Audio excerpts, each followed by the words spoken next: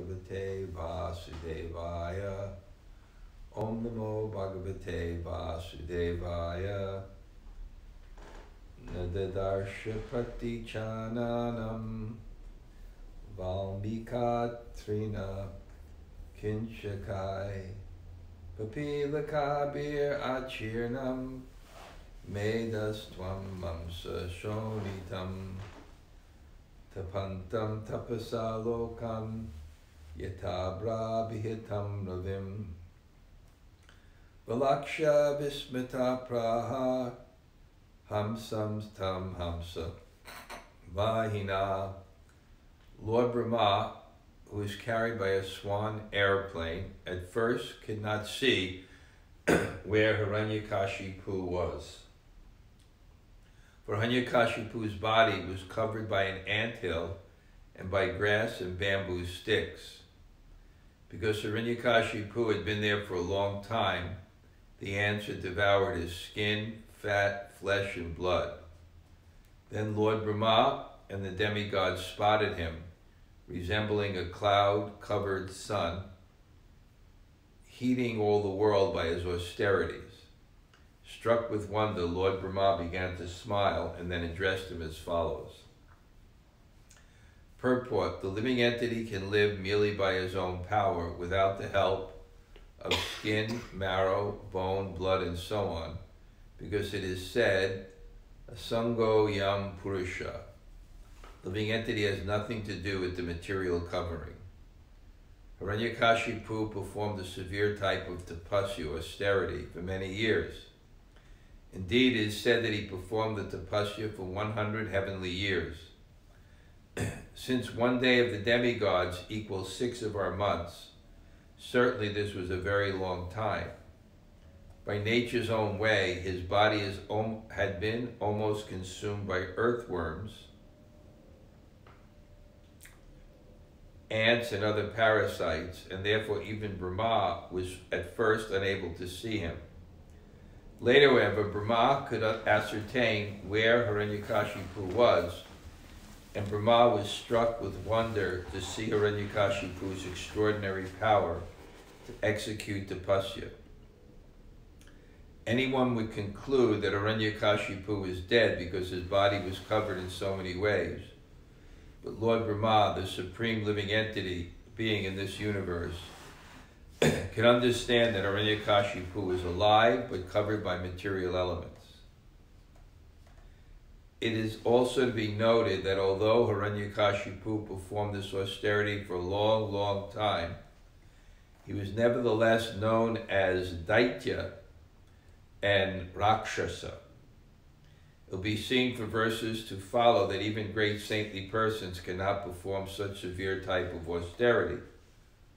Why then was he called a Rakshasa and Daitya? It is because whatever he did was for his own sense gratification. His son Prahlad was only 5 years old, and so what could Prahlad do? Yet simply by performing a little devotional service according to the instructions of Narada Muni, Prahlad became so dear to the Lord that the Lord came to save him, whereas Hiranyakashipu, in spite of his austerities, was killed. This is the difference between devotional service and all other methods of perfection. One who performs severe austerities for sense gratification is fearful to the entire world, where a devotee who performs even a slight amount of devotional service is a friend to everyone, Suryadam Sarva Bhutana. Since the Lord is the well-wisher of every living entity, and since a devotee assumes the qualities of the Lord, a devotee also acts for everyone's good fortune by performing devotional service. Thus, although Hiranyakashipu performed such severe austerity, he remained a Daitya and Rakshasa, whereas Prahlad Maharaj, although born of the same Daitya father, became the most exalted devotee and was personally protected by the Supreme Lord. Bhakti is therefore called Sarvapadi Vinir Muktam, indicating that a devotee is freed from all material designations Ananyabilashita shunyam, situated in transcendental position, free from material desires. Om Jnana Timirandasya Jnananjana Shalakaya Chaksurunmulatam Yena Tasmai Shri Gurave Namaha. Shri Chaitanya Mano Bhishtam Stapitam Yena Bhutale Sayam Rupa Kadamayam Dadati Sapadantikam Vanchakalpa Tarubhyascha Kripa Sindhu Vayevacha Patitanam Pavanebhyo Vaishnavebhyo Namo Namah. Sri Krishna Chaitanya Prabhu Nityananda Shri Advaita Gadadhar Shivas Adi Gaur Bhaktivinoda. Hare Krishna, Krishna Krishna, Krishna Hare Hare, Hare Rama, Rama Rama, Hare Hare.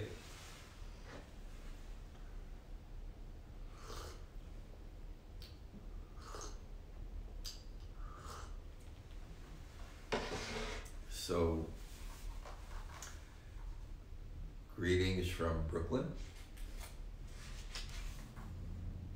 Actually, this is maybe a little side note. I'm not even sure how connected it is with Krishna consciousness, but maybe interesting is I was visiting my mother before this. She'll be 98 this month. So my uncle had written a little book about his life, just put it together. So I was looking, he wrote something about my mother and said she was actually born in 85 Church Avenue. So that's the next avenue over. So when I was going to the city yesterday, I thought, well, let me see the place where my mother was born. It was right by the train. And sure enough, it was there, but she was born above a storefront. So now I was seeing what the storefront was, and it was the Bangla Nagar market.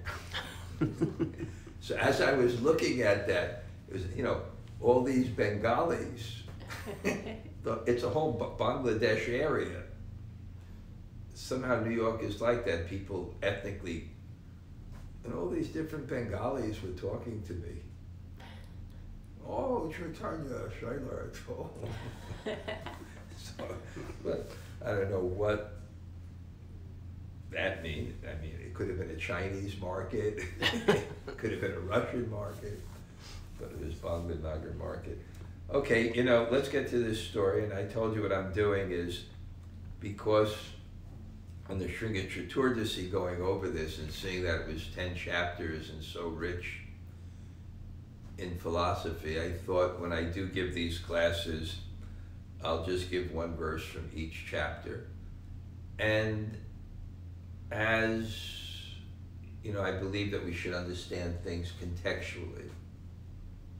What something means can only be understood in relationship to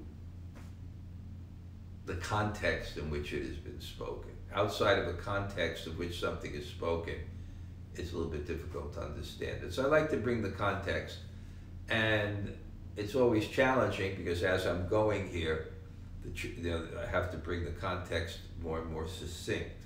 Otherwise, I'll never get to the point at hand. And the general point I was making is the story is so rich with different philosophical aspects.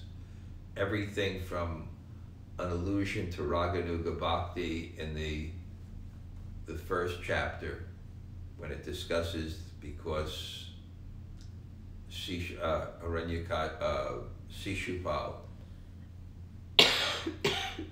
entered the body of Krishna after being killed, and there was such a startling fact.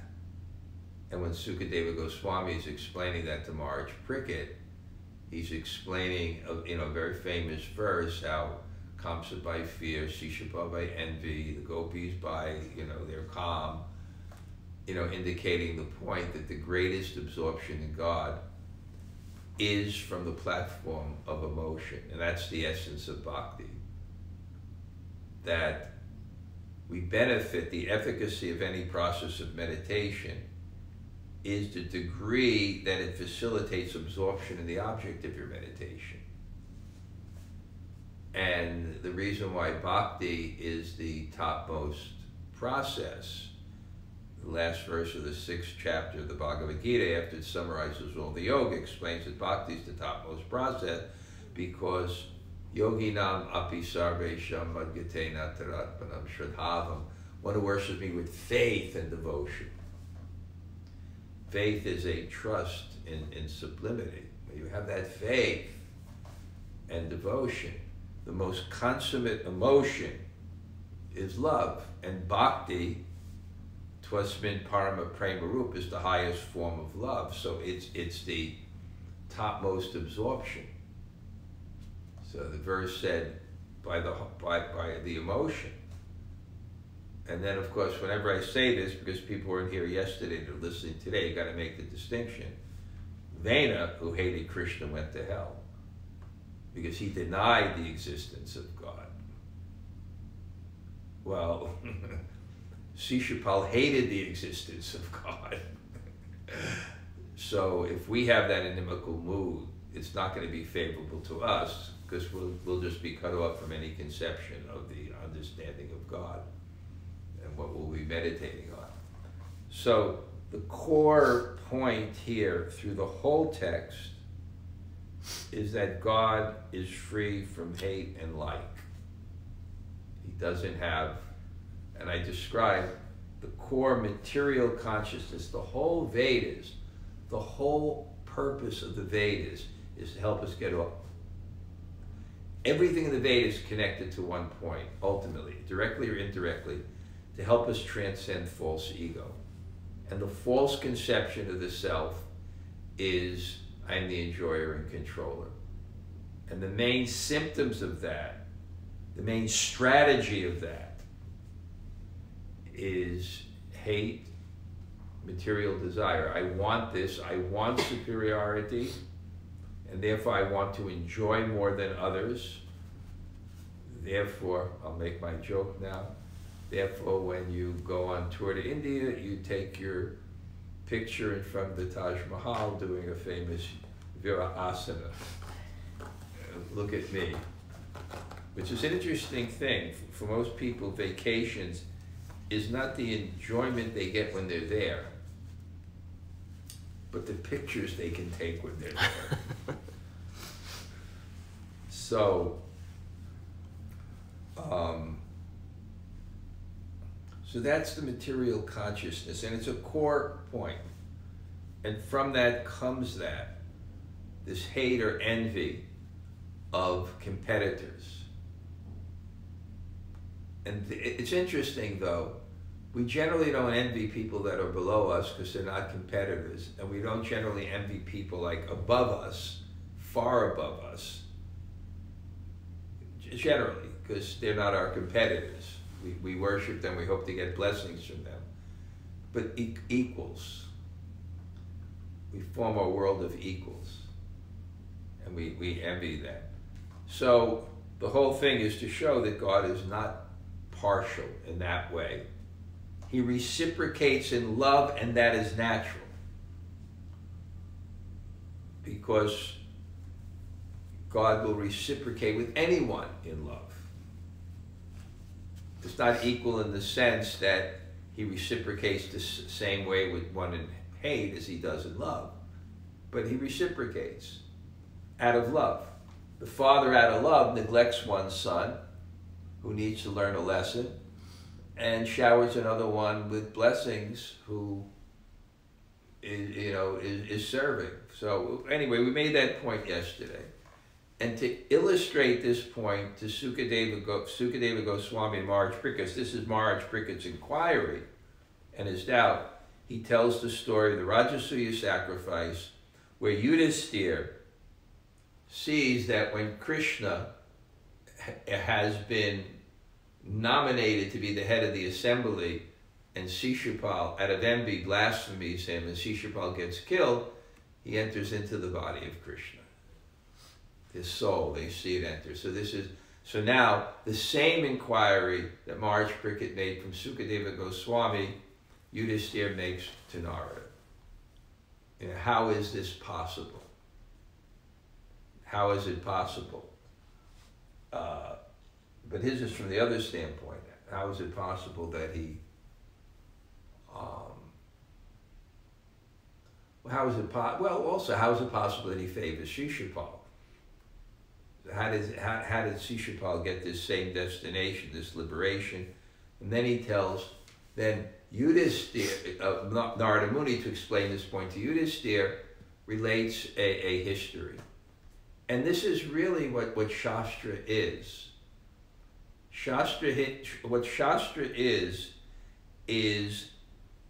a compendium of archetypal, generally most of Shastra is a compendium of archetypal karmic situations. Because everybody's dealing with their destiny. Most of our inquiries is, what does this mean? What should I do in this particular circumstance? The circumstance that comes by our karma. How do I read it? I've coined a phrase that destiny is the language of God. And the dictionary is the Shastra. And the person who knows that language is Guru or the Vaishnavas. So how do I read this particular circumstance? How do I understand this circumstance so I can respond to it? So I can benefit from this circumstance. So when you go to a teacher and you're figuring out what to do. The whole Bhagavatam is based on that question. What is the duty of a man who's about to die, and what should he not do? In Hitopadesh, instructions for welfare, one of the first instructions is, our decisions determine our fate. What we are now is determined by the activities we did in the past. What we will do in the future is based on what we do now. So there's nothing more important than having knowledge, because without two things. You need knowledge and detachment. Without knowledge, you don't know what to do. Without detachment or discipline, you can't do it. To make the right decision. And who can help us make the right decision is the people who know the Shastra. Because the circumstance you're in, or at least the point that it illustrates, is there in the Shastra in another circumstance where that point is brought out. So now he's asking this point.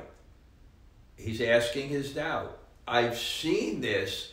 I can't understand this. And if I misunderstand this, then it's going to prevent because doubts are crippling. If my doubts are, without faith, you cannot move. You want to move further, you have to have faith, you have to have conviction. So here is a doubt. How do I understand it? So how does Narada Muni explain it? Well, here's a story that illustrates that. It's going to illustrate how the Supreme Lord is not partial. Partial in the sense of acting out of a material condition of hate and like, of negotiating power in this world. So now the same story, and the story is of Hiranyakashipu, who is a great demon, but still the Lord treats him for his benefit. In that case, by killing him, which is also the benefit. Just like the issue of capital punishment. It's recommended in the Shastra. I don't know how politically correct it is, but it's recommended in the Shastra from a higher perspective. First, the soul is eternal. So there's a different vision of how you deal with things when you understand that death is not the end of existence. So there's a different way to deal with something when you understand death is not the end of existence. It's a different way you deal with disease. when you understand that death is not the end of existence. If you think that death is the end of existence, then your goal will be to prolong life in artificial ways, which may not be beneficial. As Christopher Hitchens, the great atheist who wrote the book God Is Not Great, How Religion Poisons Everything, when he got throat cancer and he was dying, he was such a brilliant guy that he could write in any condition. They described, he'd have a deadline in the morning, he'd get stone drunk at night, and at 3 o'clock in the morning, half drunk, he'd write an article. So he was able to write this book called Death at the end of his life, describing the torture they were putting him through to keeping him alive. He was actually describing it. I got the book. And he made the point, the advancement of modern medicine is to artificially prolong the life in torture and ravage your family's finances. But when you understand that death is just a change of body, then why would you do that? So there's different conceptions. So the same thing, capital punishment, at least when they had a fair and acute way of determining what crime was. Maybe it's not so applicable in the modern age in one way, but what was capital punishment? That someone had committed a sinful activity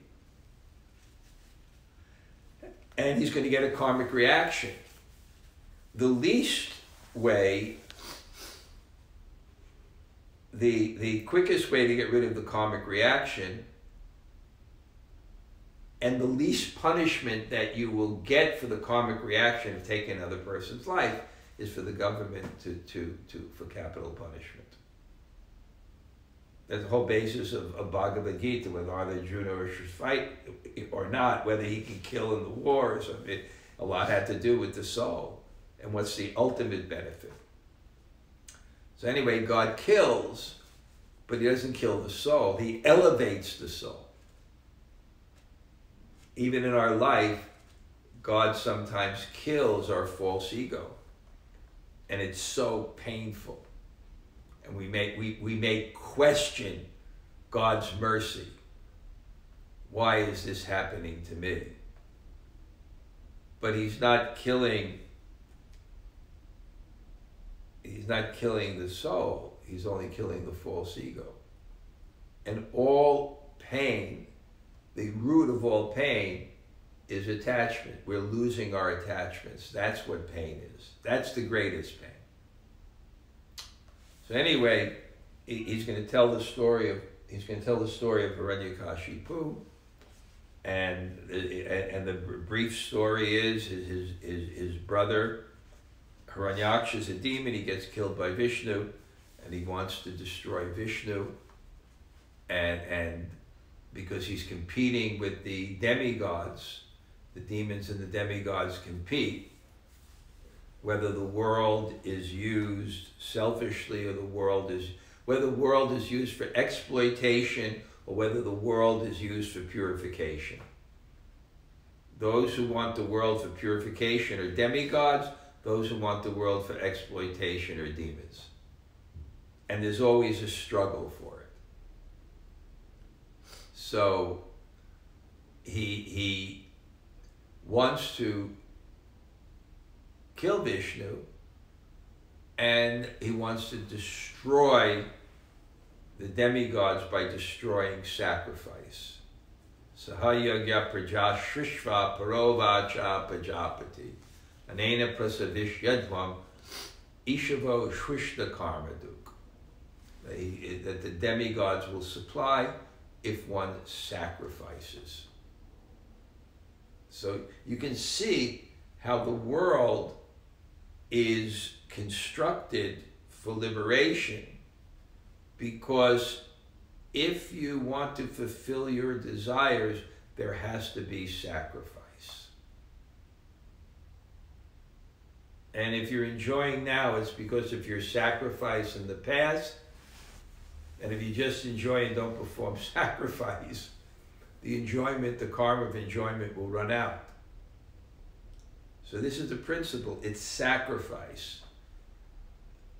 Because the world wants one to move from the platform of control and enjoyment. So it encourages sacrifice, even if the goal is enjoyment. Because that's what people's goal are here. So they offer sacrifice. So anyway, he's upset that his brother has been killed, and he wants to take revenge, and he wants power. Power enables you to control. So demoniac mentality is, I want power to control for my enjoyment, for my superiority. And what will superiority be? Superiority will be when the world conforms to my desires and I'm able to control it and have that sense that I am superior. Because I have more power and I'm controlling more than others. Not just the sensual stimulation, it's the ego of it's the false ego, it's the consciousness. I'm enjoying more. I want superiority. That's why you see when someone's sports team wins, it's their like greatest ecstasy for all these poor people. You know, in America, I don't have this other country. We're number one. We're number one. You have all these people with their fingers up. We're the greatest enjoyment in the world. We're number one. When the New York Football Giants won the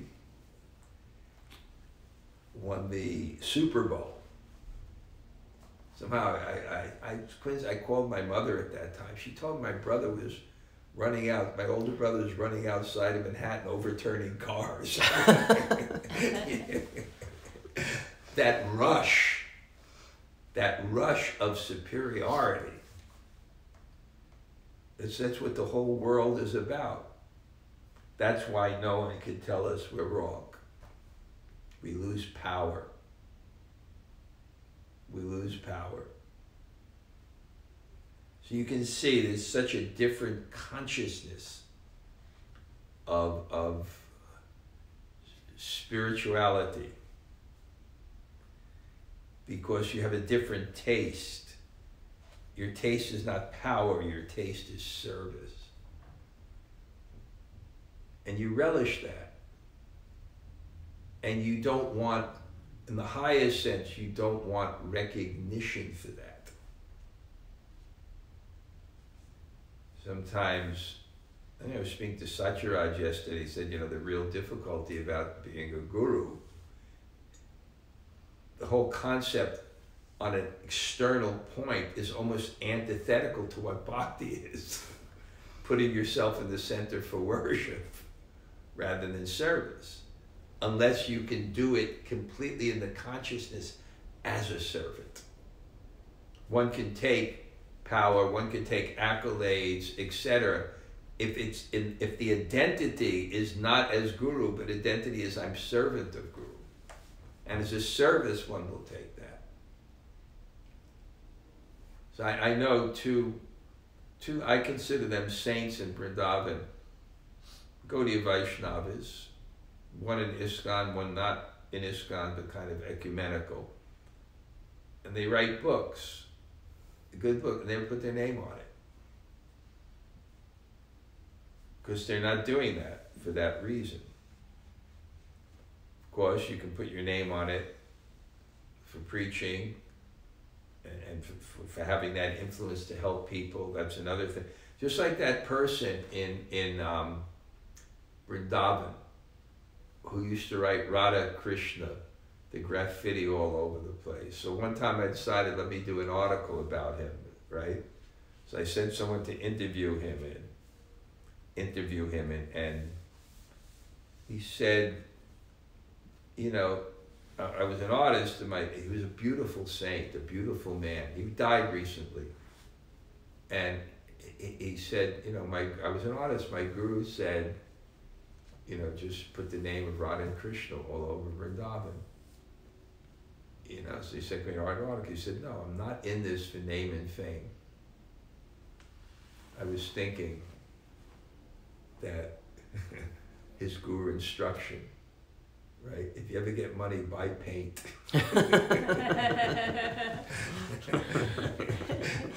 But whatever the guru's instruction is, that's absolute. That's absolute. That becomes bhakti.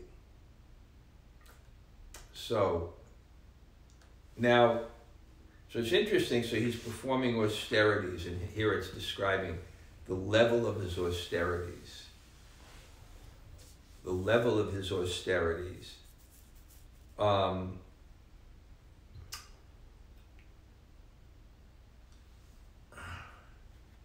You see, because the world is organized in that way, that sacrifice will be rewarded. It can be abused. It can be abused for power. So demoniac people can perform sacrifice because it's working mechanically. God wants that faith in sacrifice. So he sets up laws that work of sacrifice. So you can get power by that sacrifice. The word for austerity is tapa. It's the same word for heat. It's very powerful. We want to be powerful for Krishna. But the power you can get from austerities,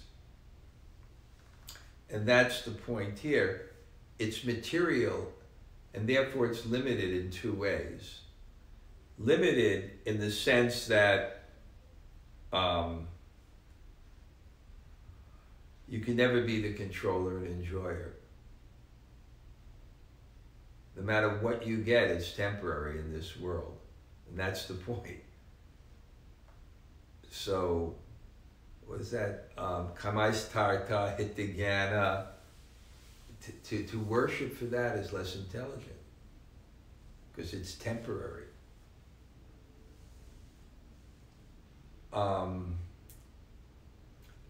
And it's limited. And therefore, and I think this is a very, very important point, which I got from studying the Yoga Sutras. A very, very important point which I got from studying the Yoga Sutras is when you see what Gyan is a mechanical process, it's based on your own power. And to achieve perfection in the Jnana Marg, you have to achieve samadhi. There's 7 levels of samadhi. So, you got to focus your mind. And I describe this, meditation, you focus on one thing, the other desires are quelled by focusing on one thing, and then you move to a higher level of perception and contentment until you can bring the mind to sattva, the nature of being, the true nature of something. It's a mirror. The mind is a lens. And a lens, if it's distorted or dirty, then your vision is distorted. So the whole idea of yoga is to bring the mind to sattva, where you'll have pure perception, at least some pragyata samadhi. The 6th stage of samadhi is that the mind, it's so clear that it perfectly reflects the self. And then all problems are ended in reality. All problems exist in illusion. That's the whole purpose. But to achieve that, the first stage of samadhi is something like an hour and 20 minutes without any other conception in the consciousness. You think that's easy? Do it for 2 minutes. Then the next stage of samadhi is you have to meditate on the object, not only without any conception outside of the object, but no conception of the object itself. So you can't even have a conception that it's a candle. Practically, I'll use, I'm in America, so I'll use some common sports analogies here, even though this is going internationally. You're not even to first base. You haven't even started. Then you have to meditate on it and just see prakriti. You just have to see material elements. You go on and on. And therefore all yogis, they meditate on mantras because, oh God, they meditate on names that represent God or non-different than God, because then the object of your meditation can reciprocate with you to give you more than your effort. And therefore no practice of spiritual life is independent of bhakti. Bhakti is independent of any other practice. But no practice is independent of bhakti, because you can't achieve perfection unless you get mercy. So no matter how much Hiranyakashipu endeavored by himself, he can't compare to Prahlad, who depended on God. He couldn't compare to Prahlad, who depended on God. And this is the process of bhakti. We become an instrument. The whole process of bhakti is Draupadi. Hands up and depend on God. And then you get God's power. That's why it says, Krishna Vina Shakti Nahi Pavartana. Without the Shakti of Krishna, you can't spread Krishna consciousness. What was Prabhupada's success? This is a very, very important point. What was Prabhupada's success? I remember this story. I think maybe I heard Bhaktivedanta Swami tell this story that Prabhupada was in Calcutta and he had returned triumphantly. Because before Prabhupada, Ban Maharaj went to the West and he brought back 2 Germans. And it was considered a tremendous success. So you can imagine Prabhupada's success. Unprecedented. I'm reading in, I'll plug it again, great book, Chasing Rhinos with the Swami. When Prabhupada came back with his dancing white elephants, beautiful American boys and girls, it was startling. Startling. I remember one time Bhakti Bhai Puri Maharaj, a very dear godbrother to Prabhupada, came to the Krishna Bala Mandir and gave class, and then he was sitting upstairs. I like this old man, taking the prasad, the Mahaprasad, the puris, the halava. Tamal Krishna Maharaj said, visiting him he had the best prasad. I went with Tamal Krishna Maharaj once, and Satsur Maharaj, Ingiri Rajaswami, and Buri Janas, and so many people. We went to his ashram in Sevakunj and the prasad that he served. So we asked him, did you know that Prabhupada, now it was when he started to become, the Russian devotees were coming, and he said it must have been true. He said, Kuntiya Pratajana hi name bhakta pranasya. Declare it boldly. Krishna said, declare it boldly, my devotees will never perish. He didn't say it himself. He told Arjuna to say it. because the words of the devotee will never perish, he said. He said, declare it boldly, my devotee will never perish. So he said, he asked Arjuna to say that because the devotee will never perish. His words, he said, it must be true. It must be true because Prabhupada said it. Then, so anyway, this story of Bhakti Vikas Swami, Prabhupada, that I heard him say, that Prabhupada was in his room in Calcutta. And he was kind of sitting there and meditating, why was I the lucky one? Why was I the lucky one? And growing up in India, I understood why Prabhupada was thinking that, because I read these books from the Gaudiya Math, the history of the Gaudiya Math, where they listed all of the godbrothers of Prabhupada, and they were all stars. They were incredible scholars, incredible managers. They were from the highest rung of society. In fact, Subhash Chandra Bose, who had the nationalist army, he came to Bhakti Siddhanta Saraswati and said, you're taking these men, we need them for the nationalist army. And the Gaudiya Math, no shoes, I mean, they really, they're sannyasis, the way they lived. He said, look at them, they're useless. And he saw all these skinny guys in there. So Prabhupada, I mean, I can name them. They're amazing people, and the stories about them and their power. Bhakti Dayata Madhava Maharaj, he established 60 temples. Bhakti Siddhanta Saraswati called him the indefatigable incarnation of preaching. Krishnadas Babaji Maharaj, Kesha Maharaj, Narayan Prabhupada's sannyas guru. The stories of him, these people were powerful. Bhakti Saranga, who was the guru of Prabhupada's sister. He was like in charge of the railways. These people were so powerful. So Prabhupada said, how was I the lucky one? How was I the lucky one? Then he said, I was % faithful in the order of my spiritual master.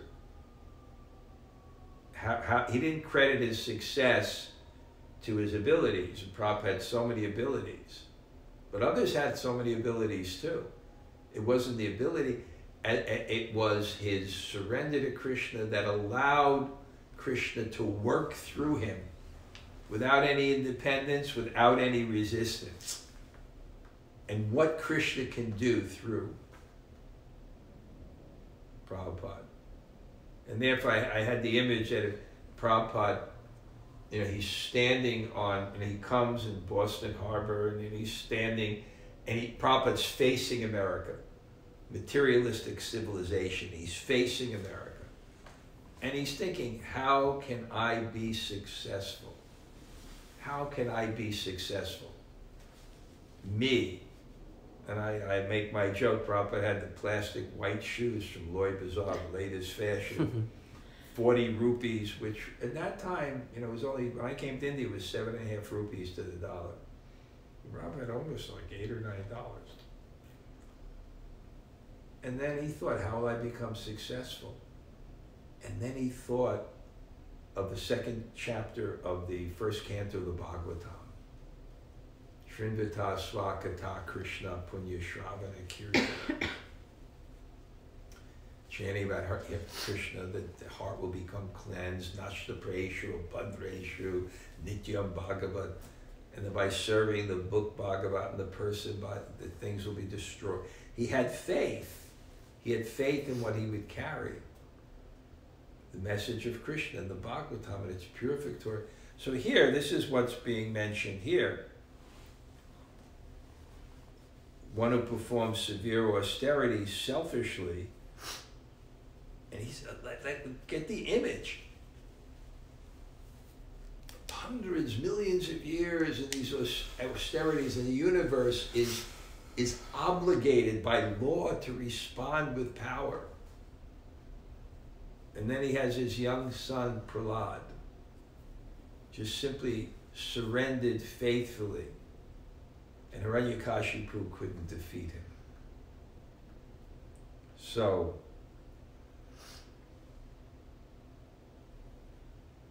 Prahlad was protected, and that's the subject matter portion. Okay, I went 3 minutes over. I do end on time here because also people here do have to work for a living, and I make my joke, unlike myself. Okay, thank you all.